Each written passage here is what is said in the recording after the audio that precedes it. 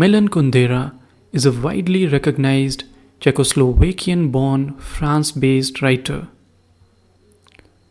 Some of his famous novels include The Unbearable Lightness of Being, The Joke, and The Book of Laughter and Forgetting. And I will talk about his novels and in fact also his short stories at some point in future. But today I just want to focus on how he talks about novel writing and how he considers it as a part of art.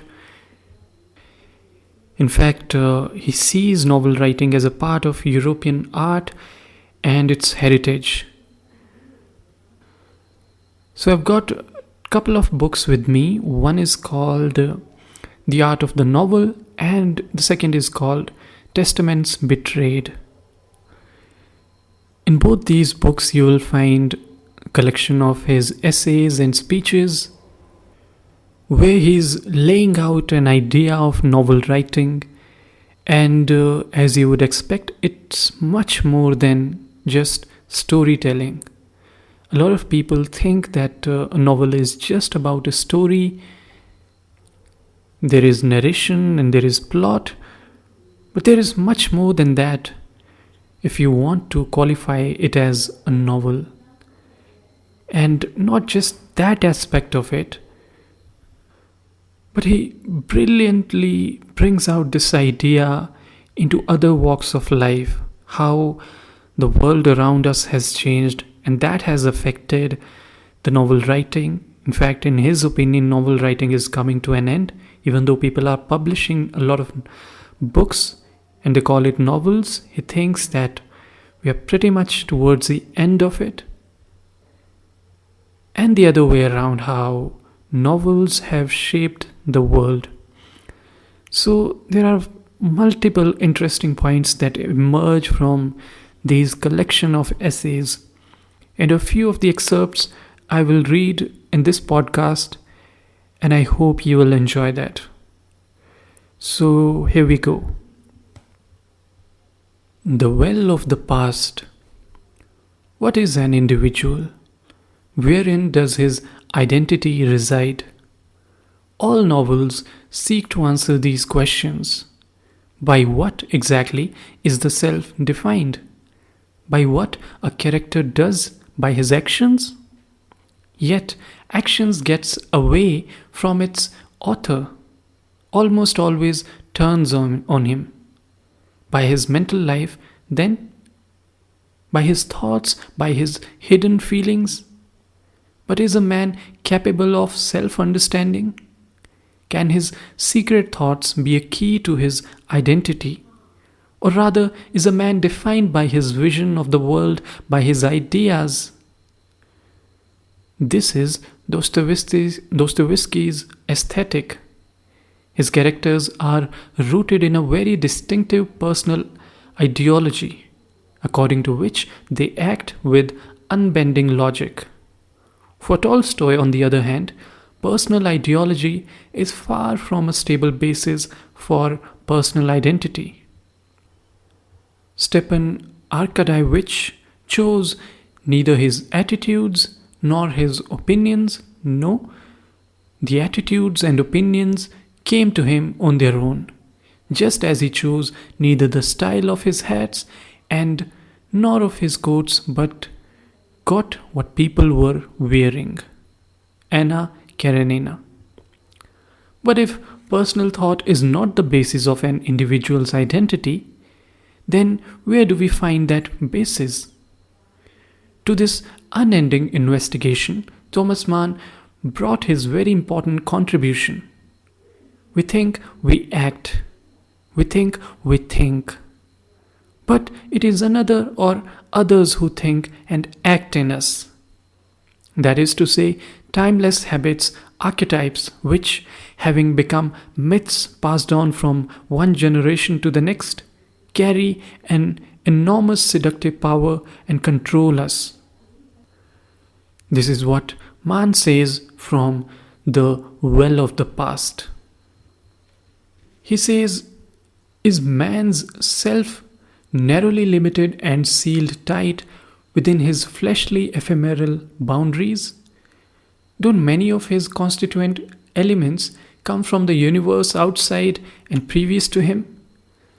The distinction between mind in general and individual mind did not preoccupy people in the past nearly so powerfully as it does us today. And then he further says, we may be seeing a phenomenon which we would be tempted to describe as imitation or continuation, a notion of life in which each person's role is to revive certain given forms, certain mythical schema established by forebears, and to allow them reincarnation. The history of the novel as revenge on history itself. History, can we still draw on that obsolete authority? What I am about to say is a purely personal avowal. As a novelist, I have always felt myself to be within history. That is to say, partway along a road in dialogue with those who preceded me and even perhaps with those still to come. Of course, I am speaking of the history of the novel, not of some other history, and speaking of it as such as I see it. It has nothing to do with Hegel's extra-human reason. It is neither predetermined nor identical with the idea of progress. It is entirely human, made by men, by some men, and thus comparable to the development of an individual artist, who acts sometimes tritely and then surprisingly, sometimes with genius and then not, and who often misses opportunities. Here I am making a declaration of involvement in the history of the novel, when all my novels breathe a hatred of history, of that hostile, inhuman force that uninvited, unwanted, invades our lives from the outside and destroys them. Yet there is nothing inconsistent in this double attitude, because the history of humanity and the history of the novel are two very different things. The former is not man's to determine. It takes over like an alien force he cannot control, whereas the history of the novel, or of painting or music, is born of man's freedom, of his wholly personal creations, of his own choices. The meaning of art's history is opposed to the meaning of history itself. Because of its personal nature, the history of an art is a revenge by man against the impersonality of the history of humanity. The personal nature of the history of the novel? But if it is to form a whole over the course of centuries, would not such a history need to be unified by some common and enduring, and thus by definition, suprapersonal meaning? No. I believe that even this common meaning is still personal, human.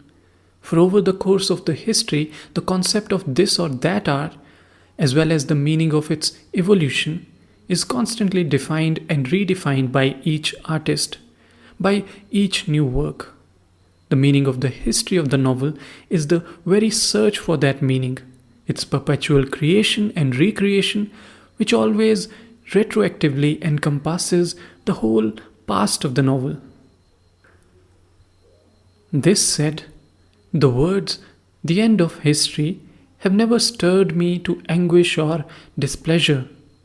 How delightful it would be to forget what it is that dries up the sap of our brief lives so as to enslave them to its useless work. How beautiful it would be to forget history. If history is going to end, then let it happen fast. But applied to art, that same phrase, the end of history, strikes me with terror. That end I can imagine only too well. For most novels produced today stand outside the history of the novel. And to my mind, great works can only be born within the history of their art and as participants in that history. It is only inside history that we can see what is new and what is repetitive, what is discovery and what is imitation.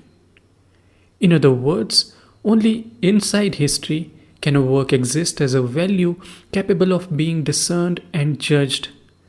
Nothing seems to me worse for art than to fall outside its own history, for it is a fall into the chaos where aesthetic values can no longer be perceived.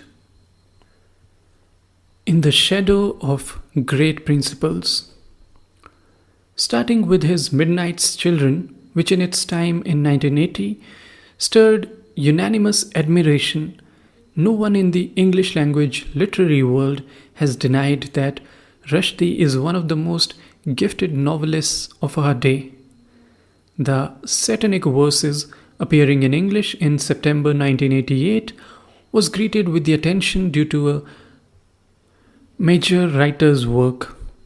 The book received these tributes with no anticipation of the storm that was to burst some months later when the Imam Khomeini, the master of Iran, condemned Rushdie to death for blasphemy and sent killers after him on a chase whose end no one can predict. That happened before the text could be translated. Thus, everywhere except in the English language world, the scandal arrived before the book. In France, the press immediately printed excerpts from the still unpublished novel to show the reasons for the condemnation. Completely normal behavior, but fatal for a novel. Represented exclusively by its incriminated passages, it was, from the beginning, transformed from a work of art into a simple corpus delicti. We should not denigrate literary criticism. Nothing is worse for a writer than to come up against its absence. I'm speaking of literary criticism as meditation, as analysis. Literary criticism that involves several readings of the book it means to discuss. Literary criticism that, deaf to the implacable clock of topicality, will readily discuss works a year, 30 years, 300 years old. Literary criticism that tries to apprehend the originality of a work in order thus to inscribe it on historical memory. If such meditation did not accompany the history of the novel, we would know nothing today of Dostoevsky or Joyce or Proust. For without it, a work is surrendered to completely arbitrary judgments and swift oblivion. Now, the Rushdie case shows that such meditation is no longer practiced. Imperceptibility innocently under the pressure of events through changes in society and in the press. Literary criticism has become a mere and often intelligent, always hasty, literary news bulletin. About the satanic verses, the literary news was the death sentence on the author. In such a life and death situation, it seems almost frivolous to speak of art. What is art, after all, when great principles are under attack? Thus, throughout the world, all discussion concentrated on questions of principle, freedom of expression, the need to defend it, religion, Islam and Christianity, but also this question: does a writer have the moral right to blaspheme and thereby wound believers? And even this problem, suppose Rushdie had attacked Islam only for publicity and to sell his unreadable book. Of course, no one any longer doubted that Rushdie actually had attacked Islam, for only the accusation was real. The text of the book no longer mattered, it no longer existed. The clash of three eras. A situation unique in history. Rushdie belongs by origin to a Muslim society that in large part is still living in the period before the modern era. He wrote his book in Europe in the modern era, or more precisely at the end of that era. Just as Iranian Islam was at the time moving away from religious moderation toward a combative theocracy, so with Rushdie, the history of the novel was moving from the genteel, professorial smile of Thomas Mann to unbridled imagination drawn from the rediscovered wellspring of Rabelaisian humor. The antitheses collided, each in its extreme form. From this viewpoint, the condemnation of Rushdie can be seen not as a chance event, an aberration, but as the most profound conflict between two eras. Theocracy goes to war against the modern era and targets its most representative creation, the novel. For Rushdie did not blaspheme. He did not attack Islam. He wrote a novel. But that, for the theocratic mind, is worse than an attack. If a religion is attacked, the guardians of the temple can easily defend it on their own ground, with their own language. But the novel is a different planet for them, a different universe based on a different ontology. An infernum where the unique truth is powerless and where satanic ambiguity turns every certainty into enigma. Let us emphasize this. Not attack, but ambiguity. The second part of the satanic verses is presented in the novel as a dream of Jibreel Farishtas, who then develops the dream into a cheap movie in which he himself will play the role of the archangel.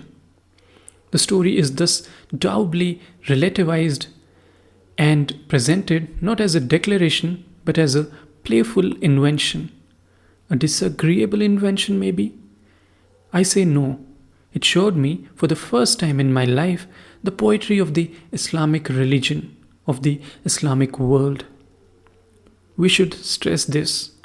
There is no place for hatred in the relativistic universe of the novel. The author who writes a novel in order to settle scores is headed for total and certain aesthetic ruin. Aisha, the girl who leads the hallucinating villagers to their deaths, is of course a monster. But she is also seductive, wondrous, and often touching. Even in the portrait of an émigré imam, there is an almost respectful understanding. Western modernity is viewed with skepticism, never presented as superior to Oriental archaism. The novel historically and psychologically explores sacred old texts, but it also shows how much they are degraded by TV, advertising, the entertainment industry, and the left-wing characters who deplore the frivolity of this modern world. Do they at least enjoy the author's full sympathy? No, indeed. They are miserably ridiculous and as frivolous as the frivolity around them. No one is right and no one entirely wrong in the immense carnival of relativity that is this work. Therefore, with the satanic verses, the art of the novel as such is incriminated. That is why, in this whole sad story, the saddest thing is not Khomeini's verdict. Rather, it is Europe's incapacity to defend and explain that most European of the arts, the art of the novel. In other words, to explain and defend its own culture. The children of the novel have abandoned the art that shaped them. Europe, the society of the novel, has abandoned its own self.